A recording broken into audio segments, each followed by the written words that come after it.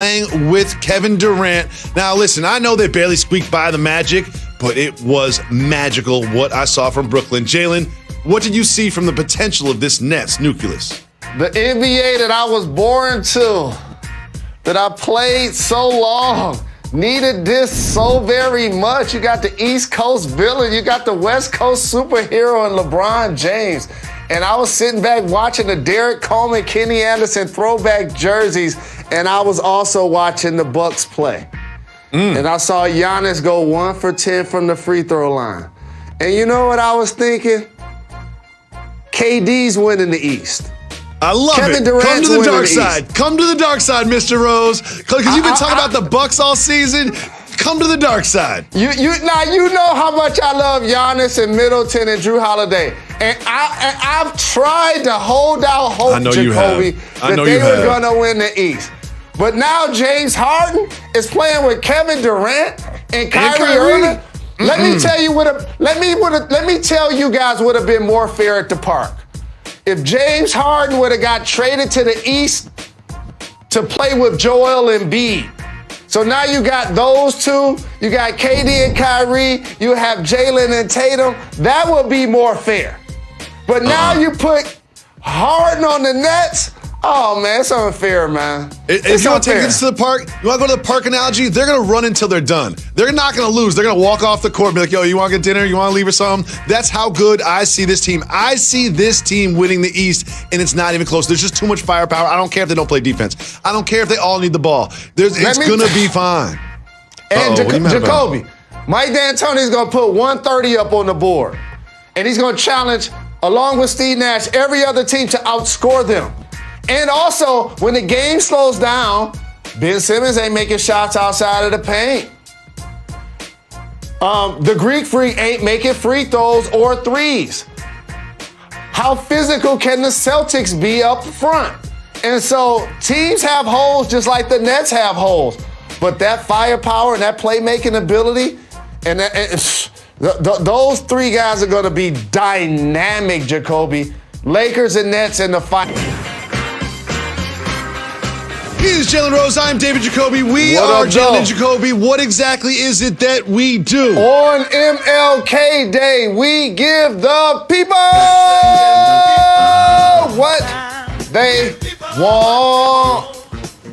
The Packers are in the NFC Championship. My Bills Mafia rolled into the NFC Championship, but we start with who the Packers will face in the NFC Championship, and that is the winner of the duo of the old quarterbacks. The Bucks beat the Saints, but the Saints kind of beat themselves. Let's talk about Drew Brees' turnovers, Mr. Rose. Oh, hold on. Did you see what just happened? Oh, wait, Drew Brees threw another interception. Oh, wait, he threw another one. And another one. Drew Brees is a Hall of Famer, obviously. You don't want to disrespect his legacy, Jacoby. But like I said about Ben Roethlisberger, if those two teams, you rather not play and or pay those guys next year versus what they could possibly do at that position. When I see what's happening with Deshaun Watson and the Texans and other quarterbacks that are going to become available across the league, or by the way, Jameis Winston came in and threw the ball deep for a touchdown. And I thought Taysom Hill was the future. So to me, after yesterday, it just validated Drew Brees can now retire and the Saints can find a way to move on at that position. Drew Brees will likely retire and move on to a career in the media, but the Buccaneers will move on to the NFC Championship. And a lot of that has to do with two men in their linebacking core that I love because they are named White and David, two words that are often used to describe me. And Devin White was all over the place. We all saw the interception. We know about the fumble recovery. 11 tackles, sideline to sideline. Devin White and this linebacking core really bottled up Kamara from a receiving perspective and somewhat to a rushing perspective as well. That defense is hot going in against the hot Tampa Bay offense. But Jalen, you've been pointing out something about this Saints offense all season long, and it all came to fruition. Now it's a national topic because of what happened yesterday between what two players on the Saints? Between Michael Thomas and Drew Brees. This time last year, it was can't guard Mike. But this reminded me of when MJ was at Carolina and Dean Smith was the only guy to hold him under 20 points. Seems like Drew Brees is the only guy that can hold Michael Thomas under, wait a minute, under one catch? He had 0 catches in his football game? Wild. Did he have an NFL record catches last year? And then all of a sudden this year, once Drew Brees, and I remember when it happened, Jacoby, they didn't necessarily see eye to eye on how the Colin Kaepernick rearview mirror conversation went. And it seems like since that moment, their chemistry wasn't the same. Because when Taysom Hill was on the center, Michael Thomas was out there getting open and balling. Double-digit receptions. Double-digit receptions. Taysom Hill's under center, but we got one of the best to ever do it. Drew Brees under center. All of a sudden, he's got 0 catches in a division round playoff game? 0 catches? Wild. Well, something tells me that Michael Thomas and Drew Brees' lack of chemistry will not be a problem next year for the Saints. But Jalen, there was so much football. All of us spent endless hours disregarding our family and watching football this weekend. And I'm going to tell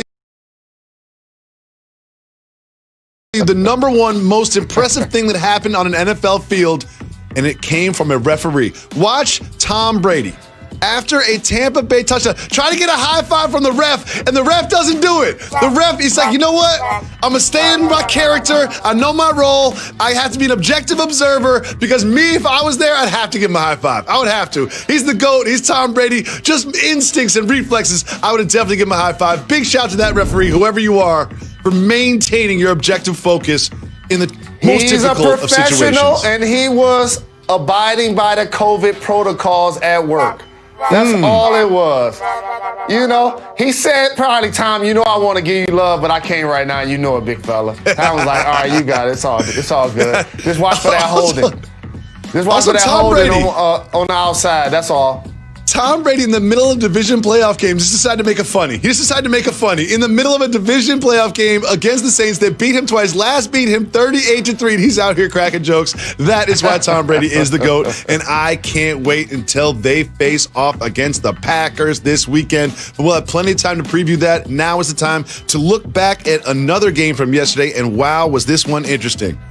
Would you ever think that the Chiefs-Browns game would come down to a 3rd and 14 for the Chiefs? And under center is none other than Chad Henne. And what does Chad Henne do on 3rd and 14? Look at the wheels on Chad from Michigan. Dives with his head down to try to pick it up, and he doesn't pick it up. So what do? They throw out a shotgun on 4th and 1 to seal the victory and a trip to the AFC Championship game. Jalen, what did you think about Chad Henne and Patrick Mahomes leaving the game? This is a chance for the Wolverines to celebrate Chad Henne. Jacoby, like people going to be bandwagon fans for the Nets. Like you a Die Easy fan for the Bills. I can't wait. I can't wait for Bills Mafia to see how disloyal you can really be. I just can't wait till they see how disloyal you can really be. But here's the thing about this game, Jacoby, in all honesty. How we just minimize the word concussion. You know, it's almost like when I see the words mild concussion, they don't go together to me like partially pregnant. They don't go together. And so when Patrick Mahomes goes down, when Lamar Jackson goes down, it's like, oh, Andy Reid, like, well, he's doing very well. He's fine. Oh, He's yeah. fine. Oh, is he? Let me see. When somebody normally gets concussed, they don't heal that fast, right?